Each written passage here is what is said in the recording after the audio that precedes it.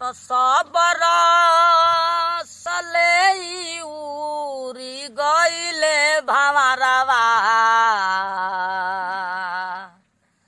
तो सबरा सले उरी गईले भावरवा असुतला में रानी आंगनावा रे सखिया रे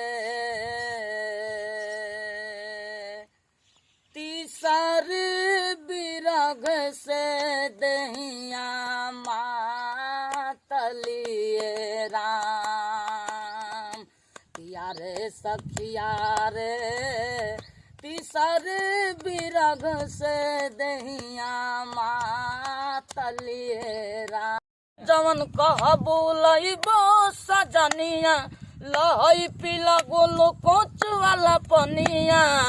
पिया हमारा के तू भुलावेला मीठा बोली के कोरा में दबावेला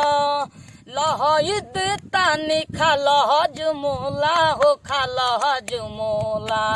ए राजा छूता तपस न गर्मी होला राजा जाई बाजारे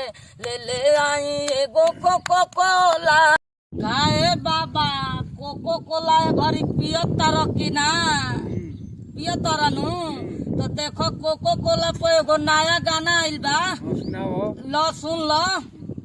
कि पायल भुलाइल बाकी झुमकाए रानी बोलत ना बाहरू का बापरसानी बोलना